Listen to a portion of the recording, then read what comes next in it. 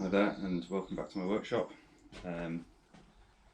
I've discovered that my latest passion, things that sell well, are planters.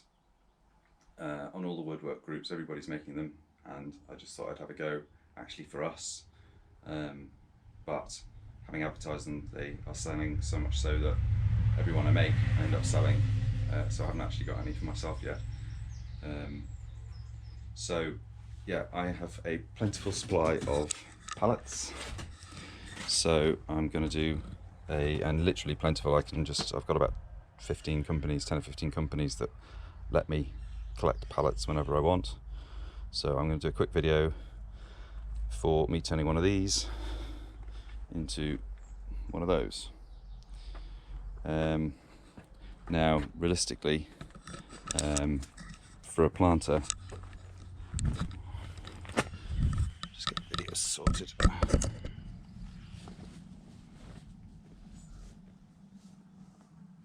Yeah, realistically for a planter, I'm going to want, I make them 12 inches by 12 inches. It's the ground that's uneven, not the planter. So I typically make 12 inches by 12 inches by 12 inches, or 30 to 35 centimetres by 35 centimetres by 35 centimetres. And realistically, I'm looking for, I need 3 for a side, 3 pieces of wood for a side, 4 of those, so that's 12, 2 pieces for the legs, 4 of those, 8, so that's 20. So I need 20 pieces of wood around about 12 inches long. I've then got old pallet wood, old stuff that's not very nice, that I use for the bottoms, but I need 4 pieces for the bottom, and then I need 4 pieces for the plinth, for the top. So what does that do? 20, 24, 28. So I need 28 pieces of wood that are approximately 12 inches long. Now, on my pallet here, if I cut as close to the edge block as I can, as close to the middle as I can, I'm going to get 16, maybe even 17 inches, 18 inches. So this is a good pallet. But having said that, the run on the end there is broken, so I'm only going to get 2, 4, 6, 8, 10, 12. I'm going to get 12 pieces out of this pallet. Then I can flip it over and get another 2, 4, 6. So I'm only up to 18 pieces of wood out of this pallet. Now I don't throw the rest away. I burn it on my wood burner, certainly during the winter anyway. So pretty well nothing goes to waste. And as I say, I've got an almost endless supply of them. So realistically, unfortunately, it's more than one pallet. Even taking into account the fact that I've got these sort of waste pieces that I use for the bottom, even taking that into account, I really realistically need more than one pallet. So it's probably one and a half pallet per planter. But when you've got an endless supply, it doesn't matter. So things that I've learnt are checking that your pallet is marked HT, which is heat treated. People go on about making sure that you don't get ones that are chemically treated. I don't think we've actually had chemically treated pallets in Europe for years, so I don't think it's actually as much of a problem as people make out, but it is always worth making sure that it's heat treated. HT stamp, they've all got a stamp on them that says where they come from, and all sorts of things, but the main thing you're looking for is HT in big letters, heat treated. So no chemicals are going into treating it. People say, well, what about chemicals get spilt on it during transit? If it's, next to something that's got chemicals on it and it gets chemicals spilt on it, yeah, there is a danger of that, but I take bigger risks than that on a daily basis. I nearly got knocked off my bicycle the other day, very nearly got knocked off my bicycle the other day into a stone wall. So as far as I'm concerned, going out on my bicycle is a bigger danger than worrying about whether somebody spilled something on this while it was in transit, but that's a choice you have to make. The other thing is, just put you up here if I can. The other thing, this isn't going to be very easy to show you, but I always lift the pallet up. Let me see where I can put you.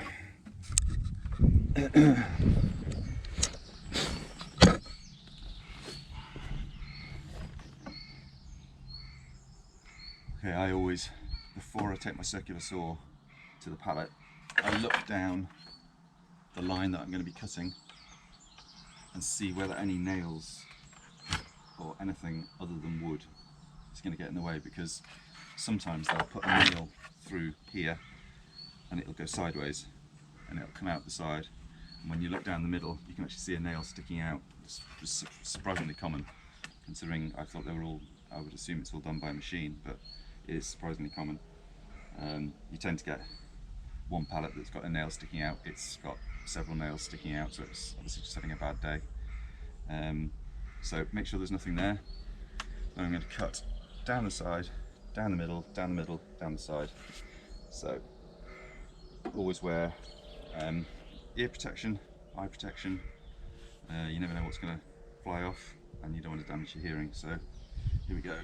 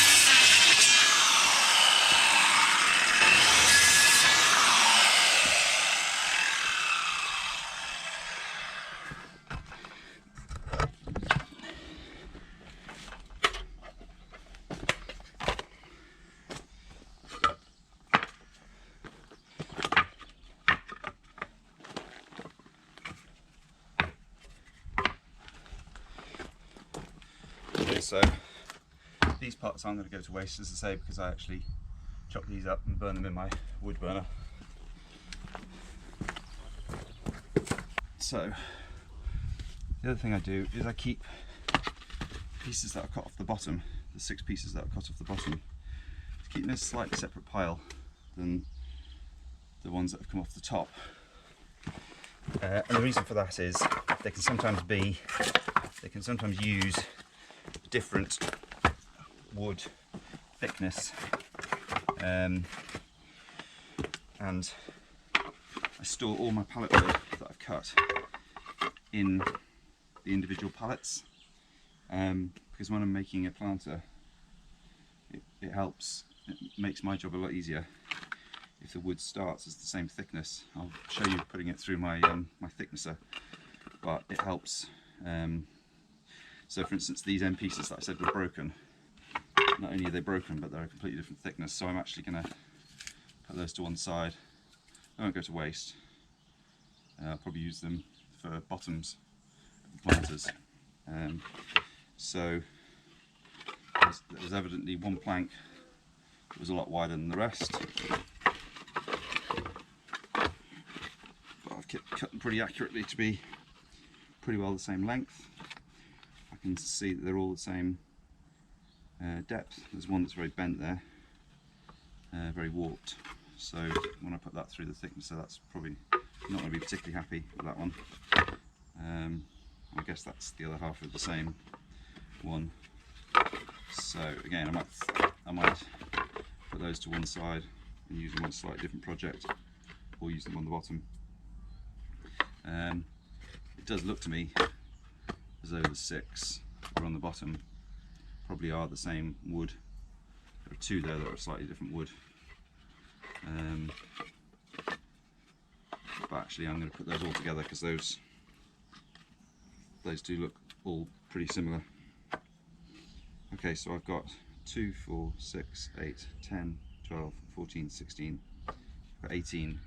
Now, I probably won't be able to use these. The reason why, so these are a lot wider than everything else. So everything else is that width. So again, I'll probably put these to one side and use those in a different project. And the reason for that is, first of all, you don't want one, if you use them as a leg, you don't want one leg being a completely different size from all the other legs. So that's that.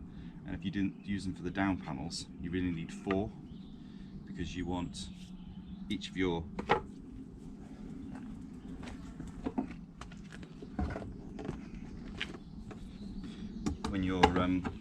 when you're making your side panels,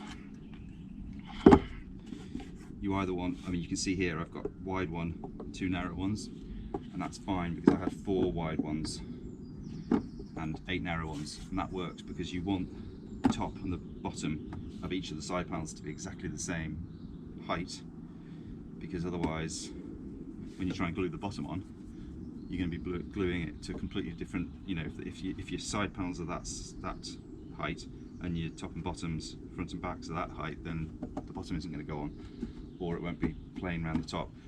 So that's part of the reason why I try and use one pallet for as much as possible, is because I know that all the pieces of wood are pretty well going to be the same width, and when I put them through the thicknesser, they're going to be about the same thickness as well. Why do I not attach the plinth to the top of these, top of my planters? Well, I advertise them as plain like this for £25, or I'll offer to put a liner in for £2, and I offer to paint it for £10. And it's a lot easier to make them all plain, and then when somebody says I want a painted one, to just pick one of the plain ones and paint it up. Otherwise I'd have to store, I offer brown and green, I'd have to have stock of plain ones and green ones and brown ones, and I'd never have the right amount of stock in. So if somebody says, oh, I just want a plain one, that's fine, I just pick it out, glue that on the top, clamp it and leave it for 24 hours to set. But if somebody says I want it lined and I want it painted, then I take that off, paint it separately, and it's just a lot easier to get in and do the lining without that on, and then right at the end, then I glue it on once everything's been painted up and lined. So yeah, as I say, I won't use these 2 pieces because otherwise I'd have, if I used one on the front, one on the back, then my sides aren't going to be the same.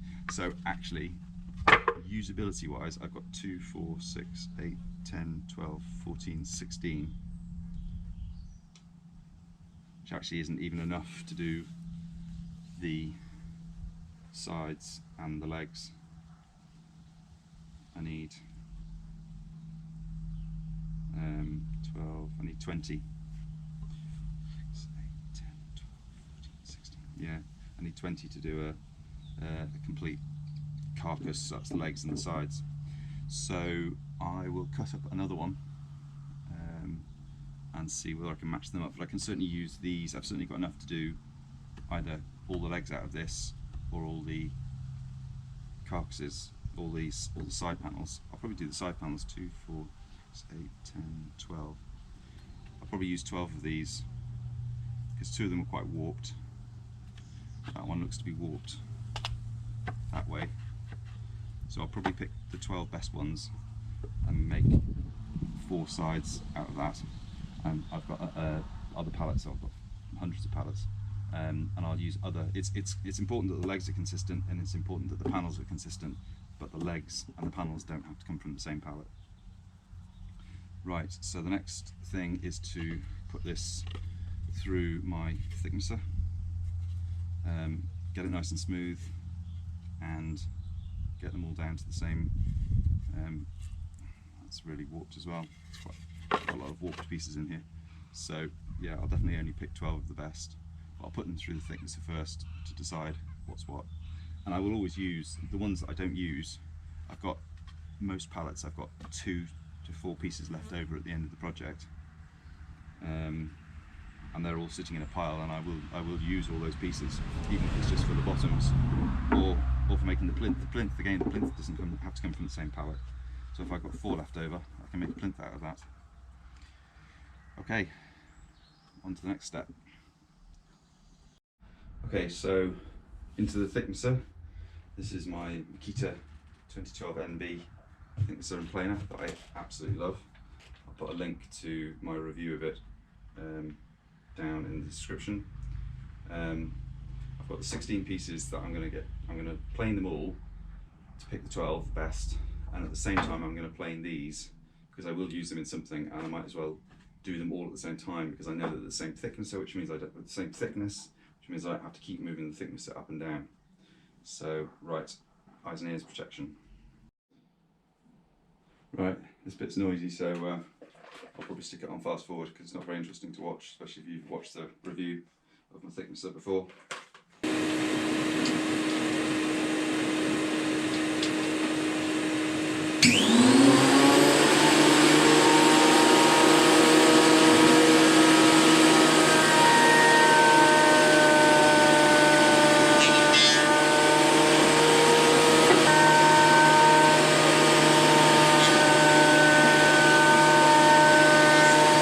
Okay, so I've probably passed each piece of the wood through thickness planes, so maybe 4 times. And given that I'm selling my planters as rustic, I'm not trying to get them, you know, there's still, I could put them through another couple of times and get them an awful lot smoother. As I say, they're rustic, so they're not designed to be absolutely pan flat or pan perfect. And if there's any that have got slight imperfections, I can turn them in so that the imperfection is on the inside of either the leg or the side panel. Yeah, I'm fine. I'm okay with that. Sometimes I go smoother than that, but I'm impatient. Okay, so I've got 12 pieces that I'll pick 12 pieces that I can use as side panels. I need to find 8 pieces in there that I can use as legs. So let's go through there and see what happens next. Okay, so what we have is 16 pieces of plain wood, of which we're going to select 12 of the best ones. These 2, which are wider, I'm going to put to one side. So here you can see basically every pallet that I've taken apart. This is my leftover bits of wood over here, but basically I've got individual pallets that I've taken apart these are the bits, these are the rough bits that I used to go on the bottom of the planters. That's one pallet, that's another pallet. So I'm going to put this in the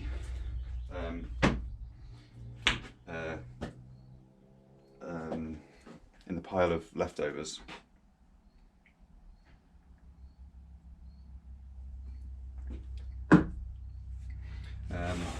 But from these two other pallets here, those will do nicely for the legs. The legs don't need to be particularly, given that they're glued like that, they already become quite big. And the vast majority of them is actually glued to the side panels. So there's not really much, it's pretty good at weight bearing. So I've got 2, 4, 6, 8 of those.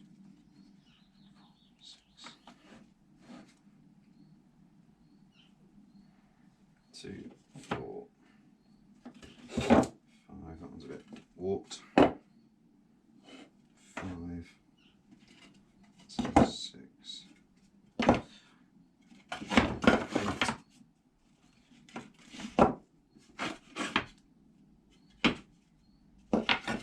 Piece.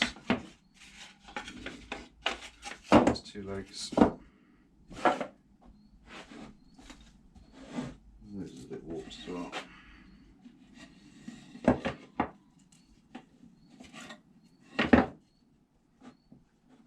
That's that piece. Right, so I've got my 8 pieces of wood to make my legs. So I need to decide how tall I want it to be. So most of them I'm making, let's say, about 35 centimeters, which is kind of 13 3/4 inches, so slightly bigger than the 12 inches that I said. But those 2 pieces are cracked on the end, so maybe I'll go to, maybe I'll do this as the 35, and that way I can get rid of those cracked end bits. So I'm going to make this 35 tall. So first thing I'm going to do is take them over to the chop saw and put a straight edge on all 8 pieces. These again are going to go into my leftovers pile because they can be used, they're nice pieces of wood. So I'm going to put a straight edge on each of those, measure up 35 centimeters, and chop them all to the same length.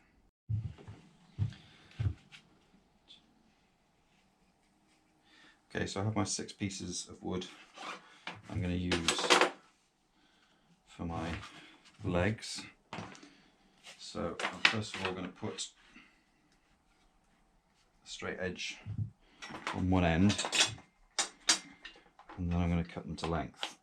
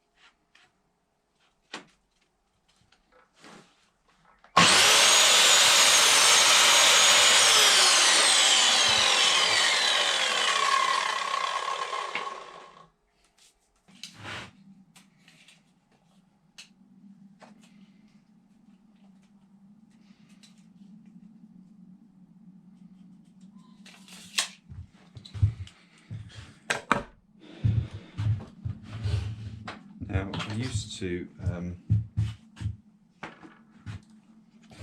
mark up every single piece of wood that I was going to try and cut to the same length, and what I ended up with was 6 pieces of wood, or 8 pieces of wood that are all very different, slightly different lengths. So what I do now, and I know you can, if you've got this on a workbench, you can set up stops, so that you can just basically push the wood up to the stop and then you get exactly the same length every time, but I haven't got that arrangement. So what I do now is I cut one piece to the size I want. I use that as my marker for cutting all the other pieces.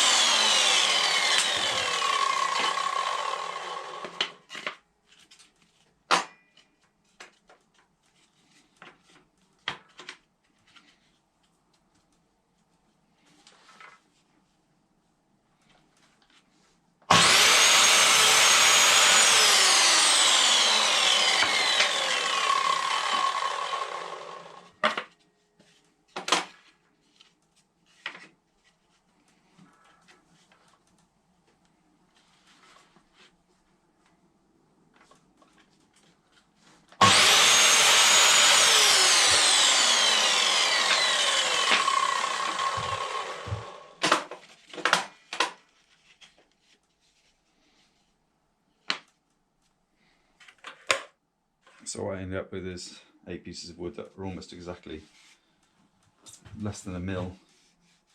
I mean, they're pretty well exactly the same length. There's one there that's about 1/4 of a mil, 1/2 a mil longer than the others. But I mean, you know, if you're a cabinet maker, I'm sure that's not a accurate enough way to do it. But for making rustic planters, that's accurate enough for me. So back to the workbench, and I'm just going to take these edges off. It's a fairly rough blade, so take those bits of push through. I could have a backboard to prevent that, but I just find it easier. Again, these are rustic, so it's not really a problem. Okay, so now I just want to take where the saw blade has just produced a bit of roughness on the end. I just want to take those off, because I'm a cheapskate. I reuse orbital sander discs when they no longer stick to the orbital sander, when the Velcro system gives up on them. There's still plenty of grit left on them, so I reuse those. It also tough as nails in terms of the material that they're backed onto, so they don't tear like some of the cheap sandpaper that I've got does. Use it a few times and it just tears into two.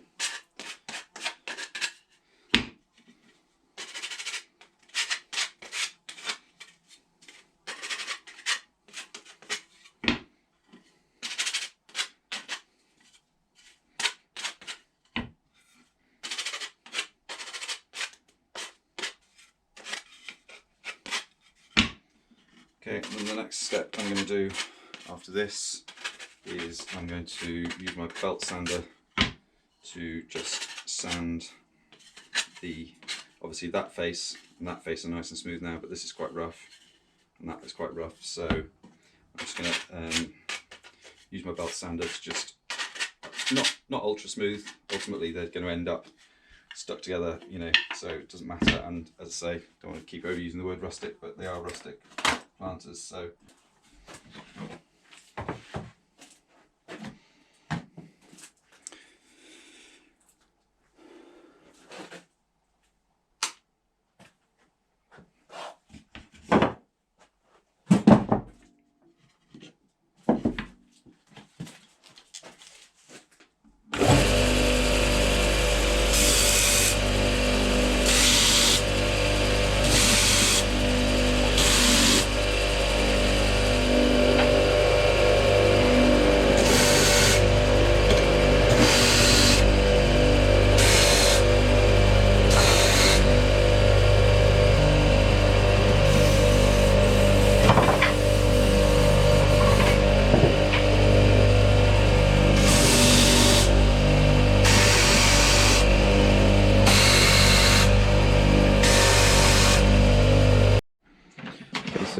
now we're going to make our legs, and I'm going to clamp. Best thing I've found for clamping are these cheap B&Q.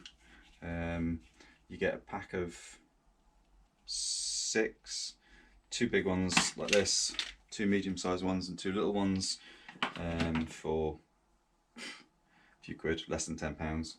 And these big ones are an ideal size, clamping size, for making the legs and keeping them clamped for 12 hours while the glue dries.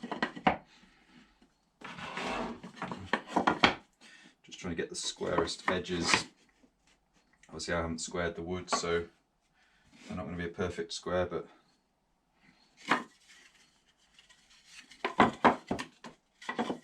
the squarer the better.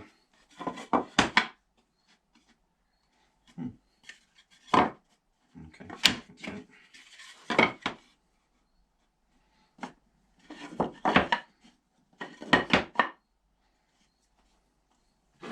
Okay, so to make them consistent, the first time I did this I just glued 4 sets of legs and didn't really think about which way I was gluing them. But ultimately I want, when you look at the side of the planter, I want, if you're looking at this side, I want that to be just the plank exposed, and if you're looking at this side, I want to see the plank and the end bit and the end grain. So just think about that when you're gluing. You want to make them so that you will have, when you're looking at them from underneath, you'll be able to see the end grain and the plank, and when you're looking at it from the side, you'll see just the plank, and then you can choose which of those is the front, which is, I think it's more attractive to look just at the plank myself. Okay, so having paired them up, and just need to clamp them, glue them and clamp them. I'm just using, for this, I'm using, again from B&Q, I'm using Evo stick exterior wood glue. I know a lot of the videos I watch, people use Tight Bond, but I have no experience with that stuff, and I don't think we can get it in, certainly not in B&Q anyway.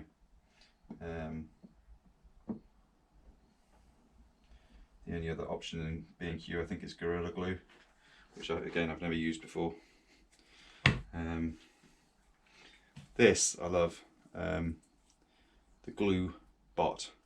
I used to find that these were really hard to squeeze, and there's no, it's not like a conventional nozzle where you can just cut it more and more to give you sort of a better flow. I just found I was getting real hand ache after a while pushing out the glue, but that Glue Bot works really well.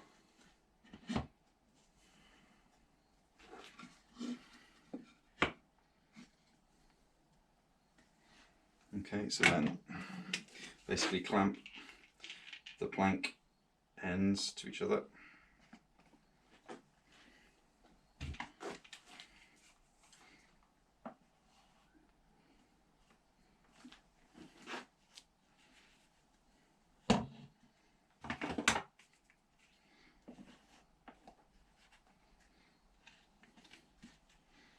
Make sure that's nice and flat, which it should be because I've just done it again. It's a flat work surface, so that should be fine. So I then just need to find somewhere flat to put them, which in this workshop can sometimes be a bit of a challenge when I've got so many planters in different states at any one time. The biggest problem I seem to find in this workshop is having somewhere to put stuff down while it dries.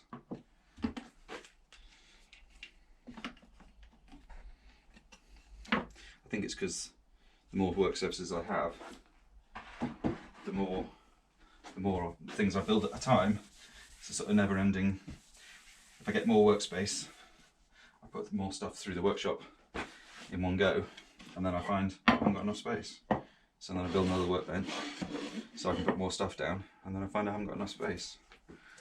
It's a never-ending battle.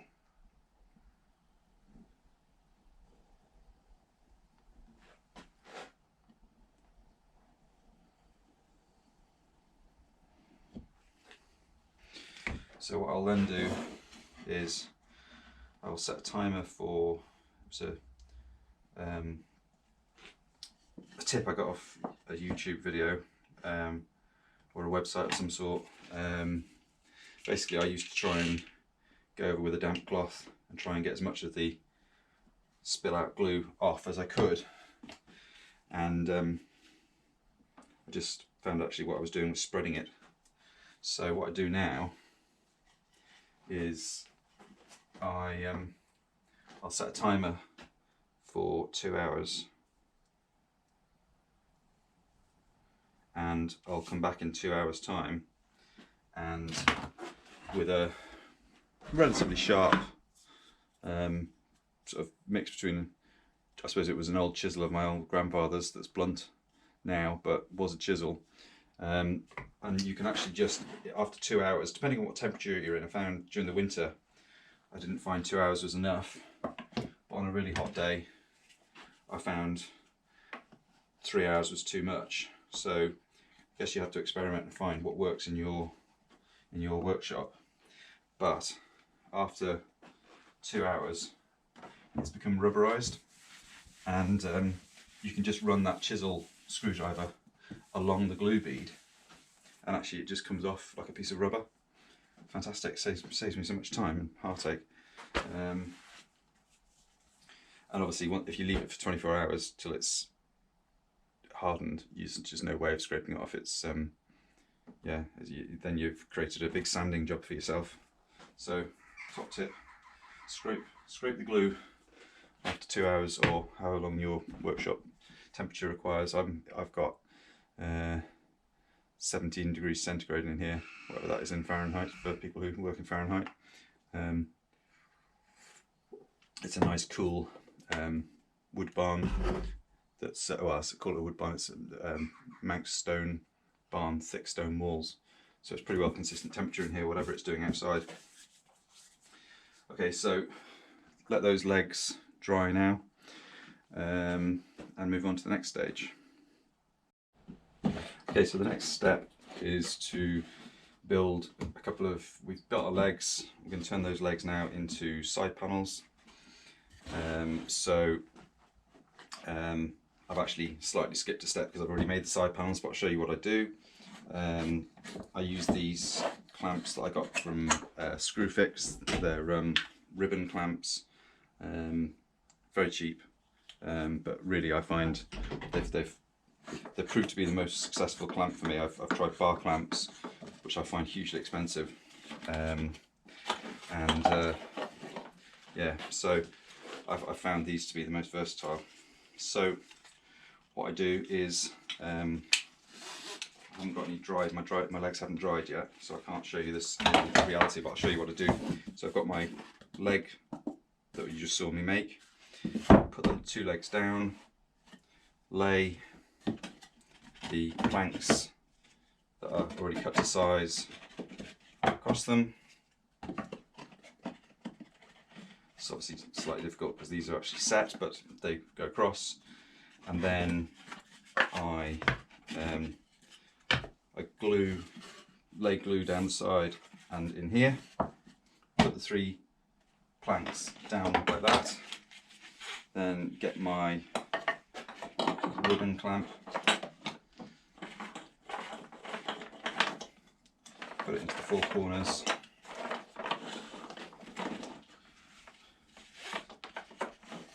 like so, and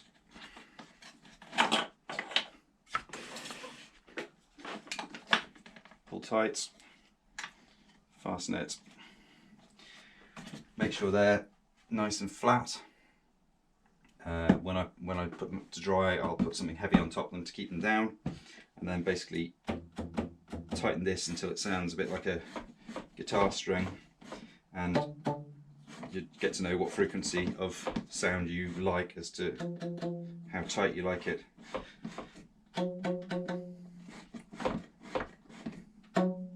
So now that's held completely square because the force is pulling in all four corners, and then I'll put something heavy down on top of that just to keep a bit of downward pressure. So leave that for another 12 hours, 24 hours. This is why they take me so long, is each drying stage is 24 hours, but I get over that by having 6 or 7 of them in the different stages. I'll do a stage on one, set it aside to dry, move on to the next one, do a different stage, set that to dry. So they take a long time to go through the workshop, but I've got several going through at a time. Okay, so these have magically been left for 24 hours to dry. So those are completely stuck now. So I have 2 side panels. So I'm now going to join those side panels together to effectively make what would be the first recognisable part of a planter, really.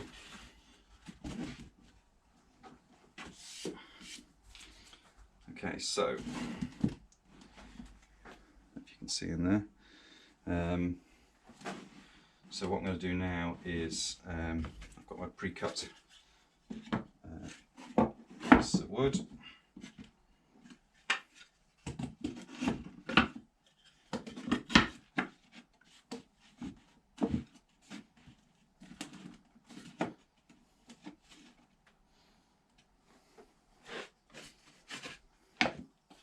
Okay, so what I just noticed there was, so I put my 3 pieces of wood in. I don't know how clearly you can see this. I put my 3 pieces of wood in, and there's a sizable difference between, that's the bottom of the side, and that's the bottom of the front. There's a massive difference, and I couldn't work out what I'd done wrong, because obviously then you can't put a bottom panel on. And I've just remembered that these were small, big. So it needs to be small, and then a wider plank.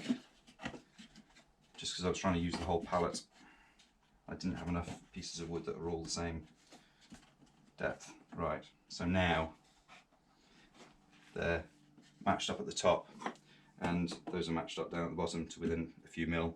So then when I put a bottom on, it'll be nice and flat all the way across. Okay, so that's that. So then I'm just going to prepare. Worked out that it's best to get this ribbon set to roughly the right size before you start your glue up, and then that makes everything run an awful lot smoother. Okay, twist on that.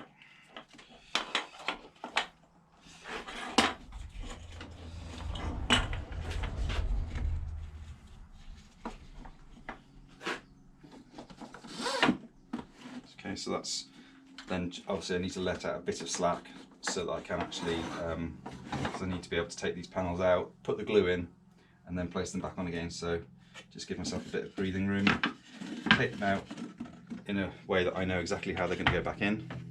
I know top, middle, bottom. Then put some glue on the sides and all up there.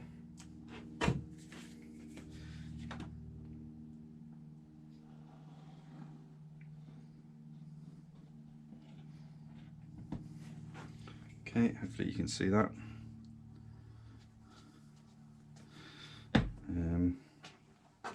So top.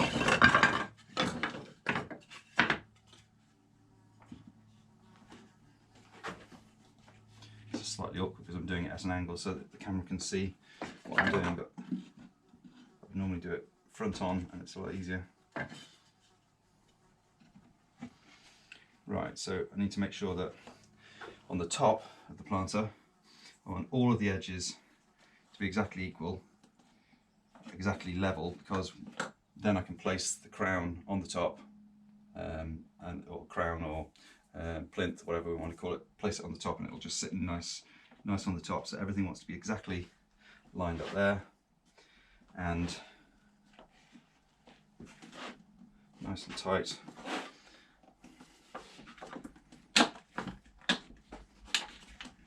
Just going to turn it around so I can do it properly square.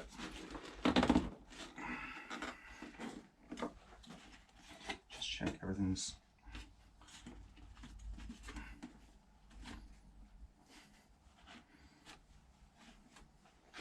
yep. Okay, so then wind it up so I get my guitar sound.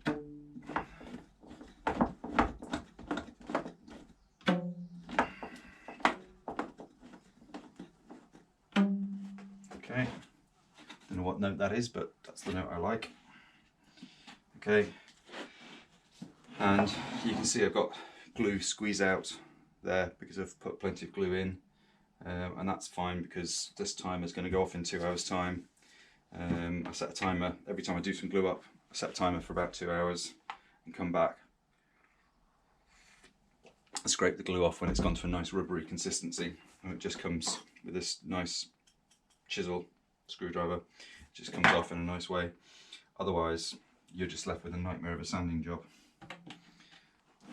What I want to do now, I could leave that to dry for 24 hours before I put the next bit on, but I don't want to wait that long. So the system that I've started using is, I was turning it upside down and doing exactly the same over here. Then because these are held in with tension, but very occasionally one of them would actually move or slightly drop. So what I do now is I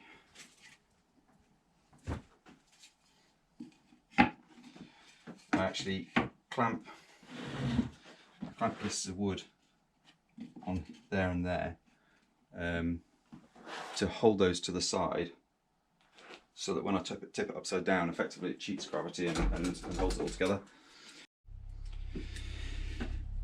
Yeah, so to clamp these into place, I'm going to use these tiny little clamps.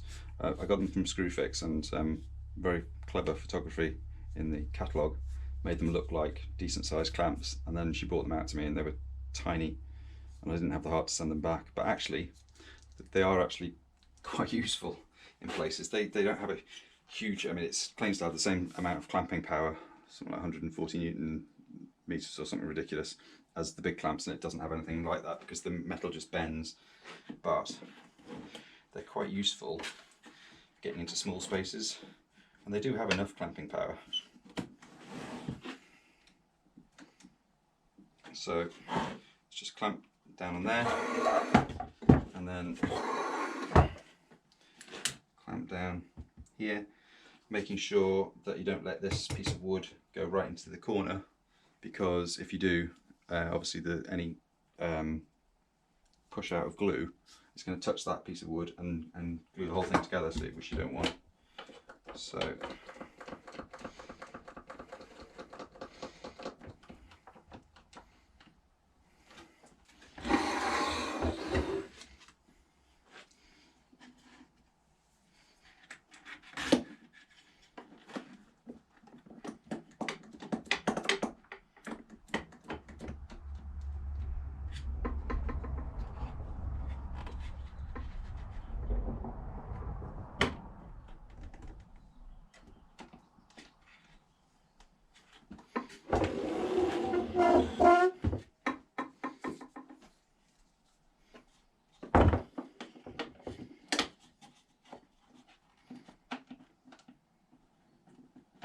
okay, so that's nicely clamped in place now.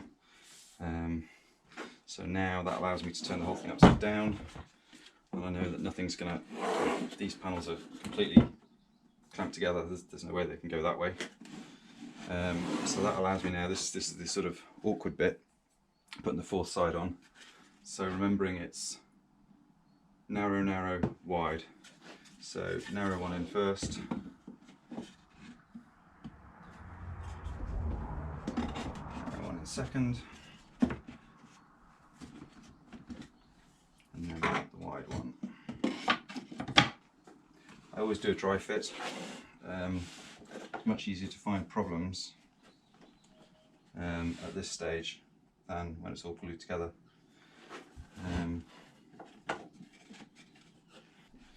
So this is the slightly awkward gluing part, because I've got got to get in there and glue in there and get the wood in. And as I said before, find it much easier to get these clamps set to the final size that you want them to be beforehand, before you put any glue in. So always dry fit, and always set your clamps up to the right size first, because otherwise you just end up panicking while the glue is drying, especially on a warm day. Glue's drying and I certainly go into panic mode.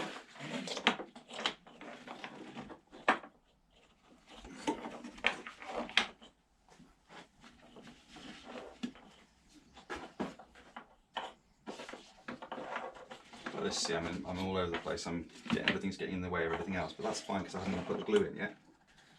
So nothing's going off, nothing's setting. Get myself fully organised, get everything in the right place, all the clamps nearly ready. Yeah, okay, now ease off the pressure a little bit, get the glue in there.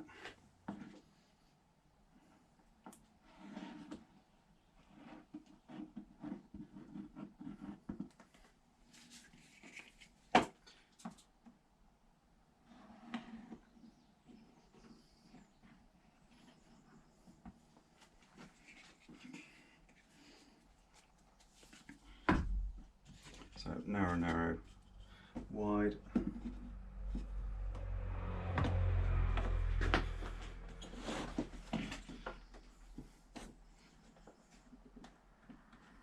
Narrow.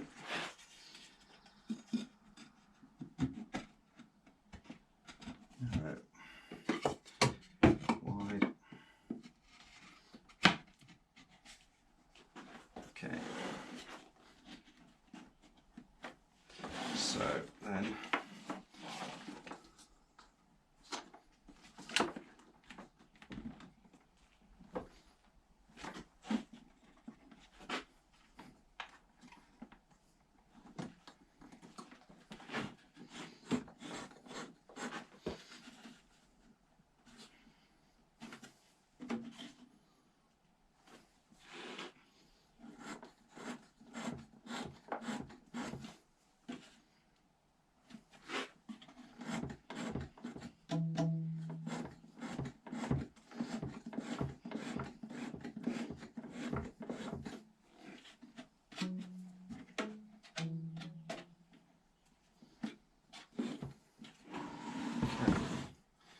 that's everything in place.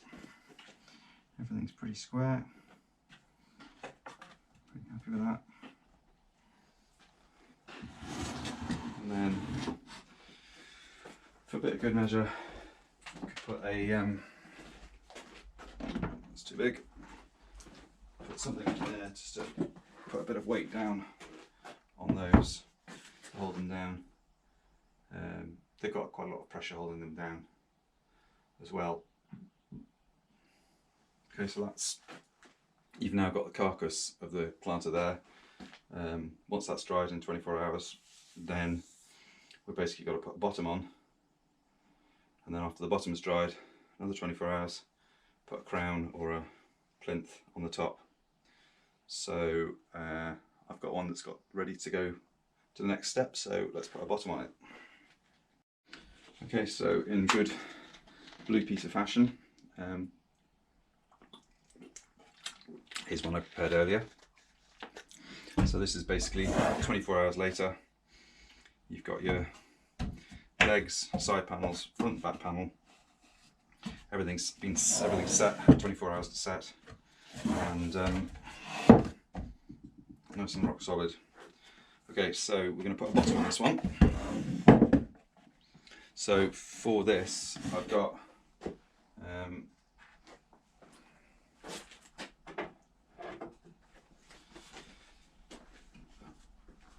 a load of wood over here. That's kind of rough wood. So these rough panels over here, they haven't been sanded, thicknessed, planed, Basically, you know, they're going to be on the bottom of the planter, so it doesn't really matter.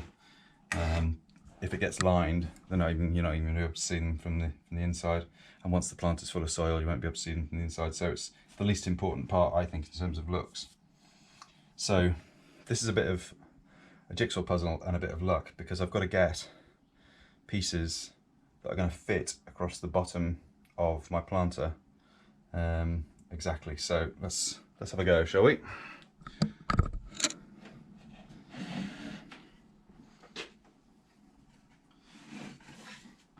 So because the planters are wider in one direction than they are, well, that's pretty close. That would actually pretty well do.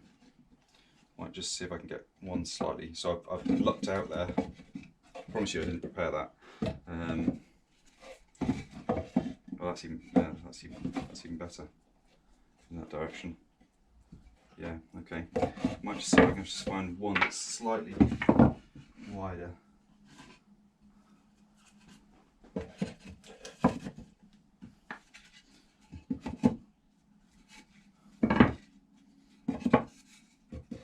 Okay, that's nearly perfect. Wow. Okay, so sometimes you're really lucky, sometimes you're not. So I mean, that piece is even the right sort of length. I've got that and that and that, and they pretty well go into the corners. That's pretty well exactly the right width. I mean, maybe it's not complete luck, because I am building all my planters to roughly the same dimensions. I suppose there's a good chance that if they're fitting, you know, if they're fitting some of them, they're going to fit all of them. Okay, so well, that really that's thrown me. I was expecting to have to do a bit of a. Normally it's a bit of a dance. So what I'm going to do is I need to square the pieces off. That end piece is absolutely spot on. All I'm going to do is I'm just going to put it on the belt sander, smooth it off a bit. As I say, it doesn't actually matter. I'm not going to put it through a thicknesser, but there's no harm in just giving it a bit of a clean up on the belt sander. And then I'm going to use that piece on the chop saw to cut the other two pieces to be exactly the same size as it, and I'll give them a quick belt sand as well.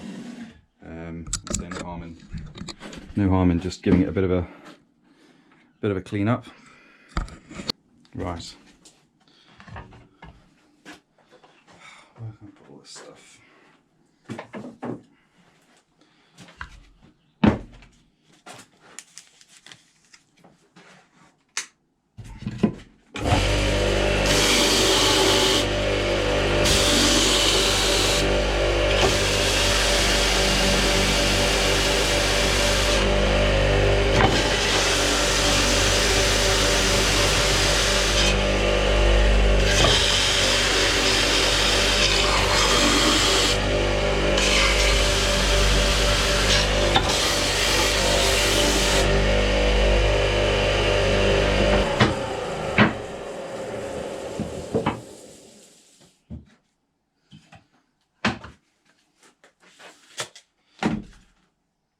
Right, I'm just going to go and put a straight edge. This piece is my template piece. It's exactly the right size. So I should just put a straight edge on those two and then cut those to size. I won't take you over to the chop saw again because you see me do it just now. Back in a moment. Okay, so I've just cleaned those up on the chop saw and just fit in nicely like that. I'm just going to sand the edges off. The reason why I put a glove on for sanding is because I'm using these discs, there are holes in them, and it's possible that a splinter can just go straight through the hole, straight into your hand. So I may be saving myself a bit of money by reusing the discs, but I don't want to have to go to the hospital with a massive great big splinter in me.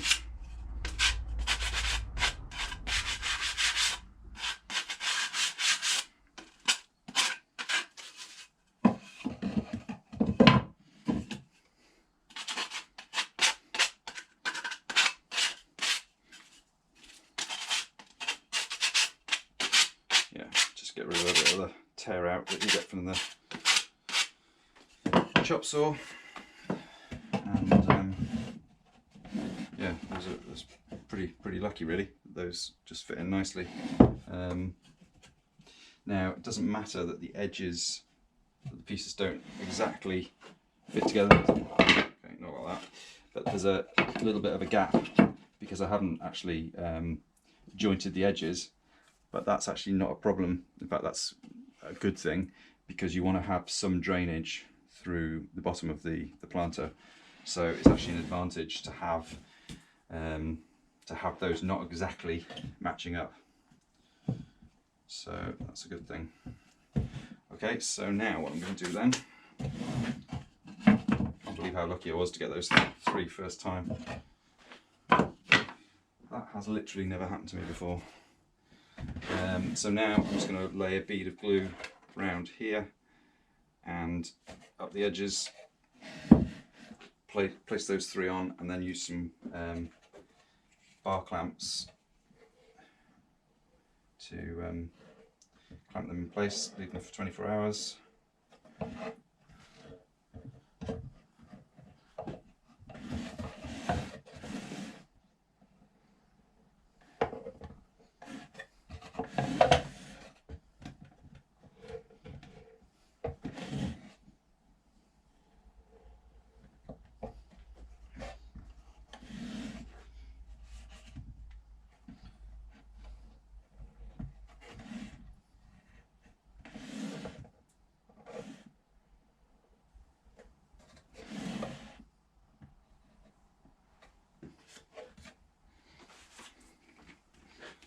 Okay. Also have to just remember, as I said, this isn't square because the way it goes together, one side is longer than the other. I just have to remember which. Okay, it's that way. Right. So.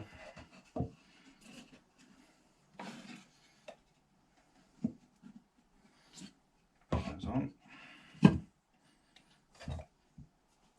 Push together as much as necessary, but they don't have to be tight up against each other, because you actually do want drainage, but you might as well have them reasonably close. Okay, so then bar clamps. So these are quite expensive in queue. I think they're at £19, I think, for each of these. So you can't exactly have too many of them. I've got two really long ones that I got second hand, 4 reasonable length ones, these ones, and then 2 short ones. I just decided that I wasn't going to buy any more because they're just too expensive.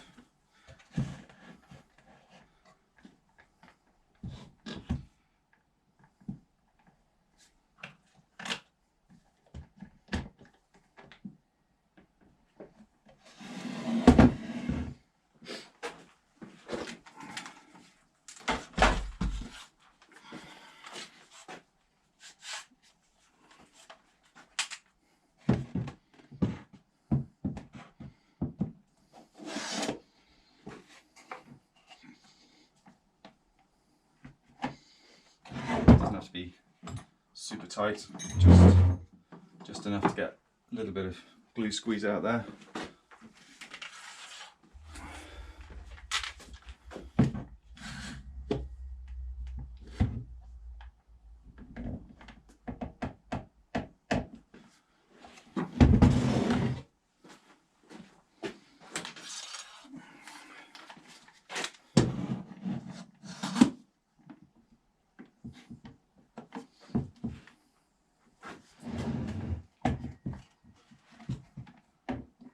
Okay, so guess what? That's now got to sit and dry for another 24 hours. I'm sure there are. I could build these things using nails and screws.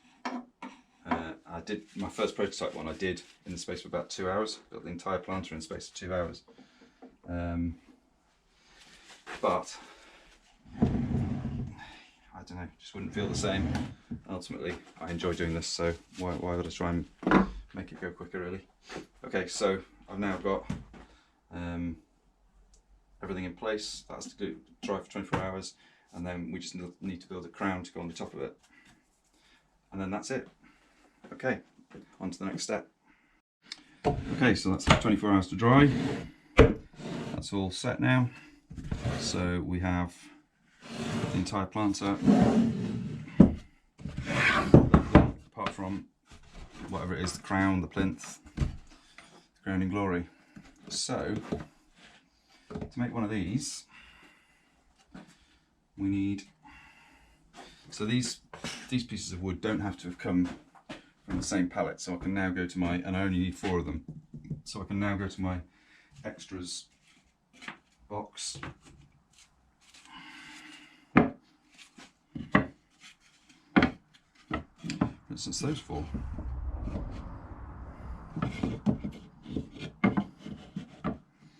Yeah, they'll do the job. Just check there's no better ones. Yeah. Again, that normally takes quite a while to find 4 that are going to work together, and I didn't pre-prepare those, but I did strike lucky there. So I've got 4. Basically the only requirement for them is that they've got to be long enough to overhang by, I mean, I don't measure it, it's about a finger's, I have a finger's width overhang side and front and back. Those do nicely. Okay, my only concern is that big knot there, but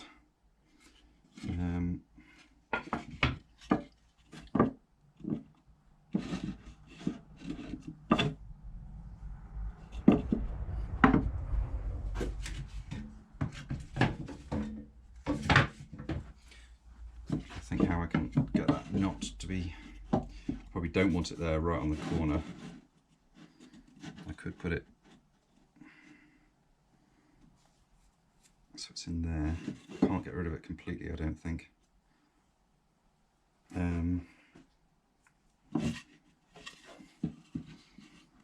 I don't want it cut right through it, you see. Yeah, cutting right through it there, so I think it's going to be okay. It's not so near the edge that I need to worry about it. I would prefer not to have that big knot right in there, right there, but it's fine. Should be fine. I mean, it's not a load-bearing part of the planter, so it's not a problem as long as it'll be held in place by everything else. So once it's glued on, once it's glued together and then also glued onto the top, that'll give it rigidity. It's just knots do have a habit of drying out and cracking a bit, but right, I'm just going to run these 4 over the belt sander. I won't do that again on film because it's a bit boring. Back in a second. Okay, I've run those 4 over the belt sander just to take the edges off. So then basically I'm going to mark up how long I want these to be, which again, these are rustic. I'm not measuring things out in millimeters. I'm giving myself about a finger's overlap front and back, and about a finger's overlap front and back there. Takes me to about there. Come in at 45 degrees. So somewhere I've got a 45-degree angle.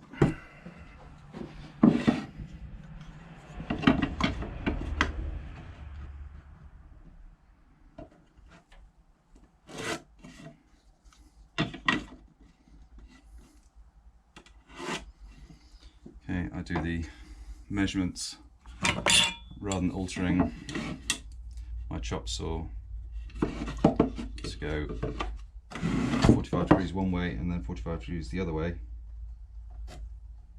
I mark the 45-degree angle on both sides so that I can effectively flip the wood over rather than flip the chop saw over.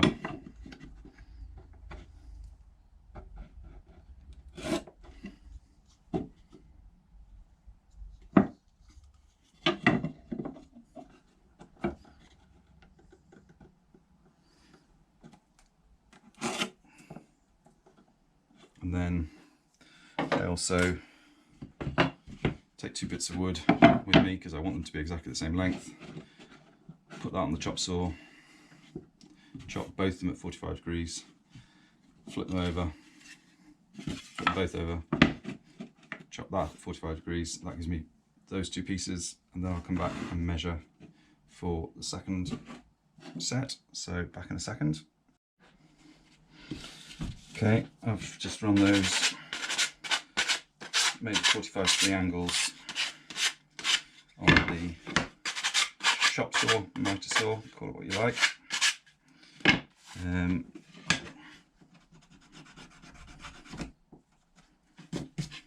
So that's from front and back.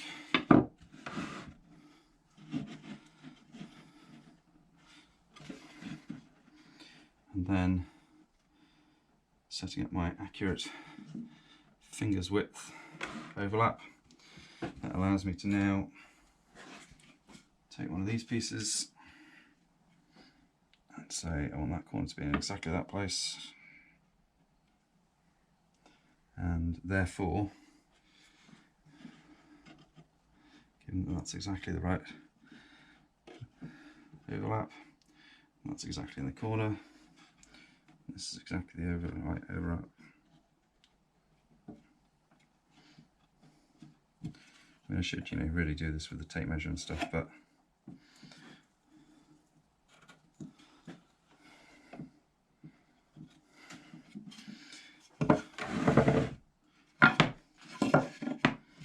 that allows me to then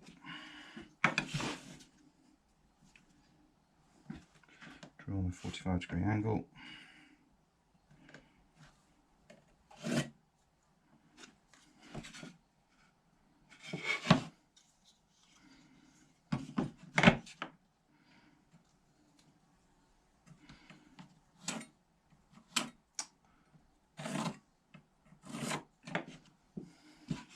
I tried experimenting with a cutting knife rather than a pencil.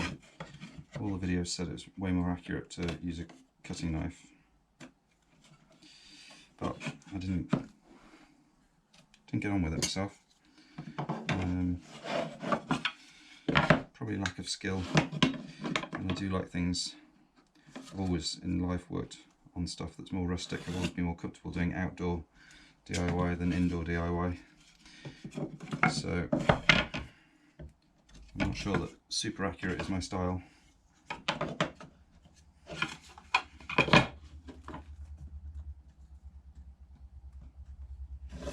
Okay, so I'm now going to do the same thing that I did before, which is two pieces of wood,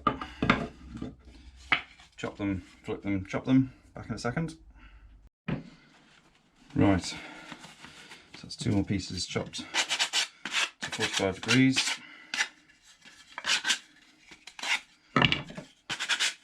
So that should now give me my crown, my plinth, my whatever.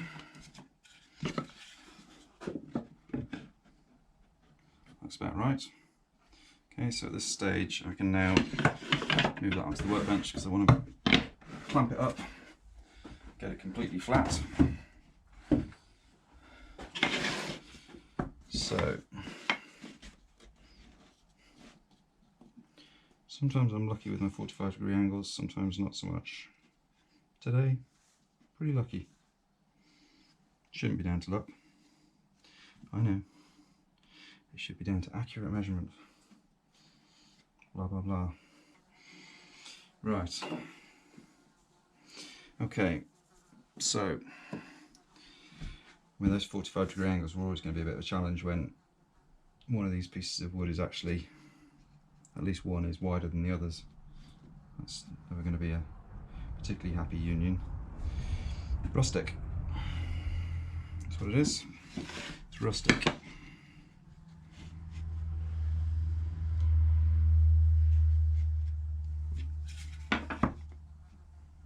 Oh, even better. Even better. Right. Happy with that. So, where's my glue gone? Glue, where are you? Okay, I have temporarily lost my glue. There it is, hiding. Okay, so follow my own advice and get the clamp set up first. So follow my own advice and get this set up first before I start anything else. before I start gluing, so that when it comes to the gluing, I'm not panicking.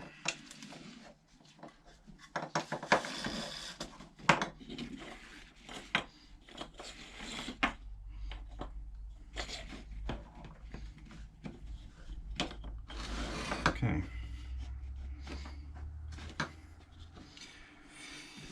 So that's about right. So I only put glue on 2 parts and 2 surfaces on one, effectively one surface of each joint. Some people say you put glue on both. Some people say one. You make your own mind up. Whatever works for you.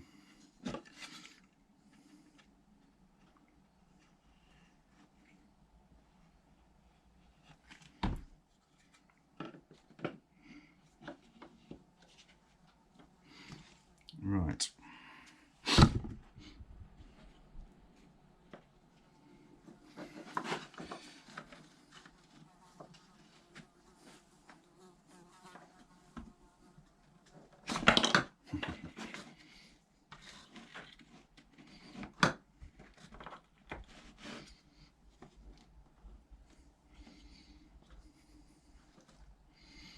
So what I have found is that happens and it pulls them off. So what I do, now that I'm happy that all the joints are in the right place, everything's where it should be, just needs tightening.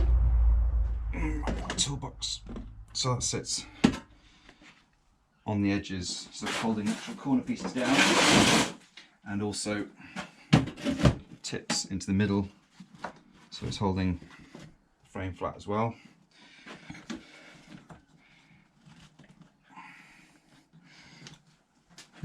So this really doesn't need to be pulled as tight as the rest of the joints that I've done so far. It's really just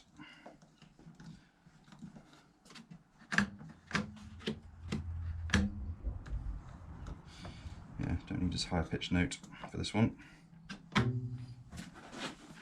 Difficult to see what's going on in there, but I've got reasonable confidence that I've done enough of them now that that should be fine. So here's the surprise.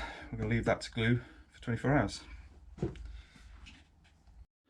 Okay, so rather than wait 24 hours for that to glue in Blue Peter style, here's one I prepared earlier. So let's have 24 hours to dry.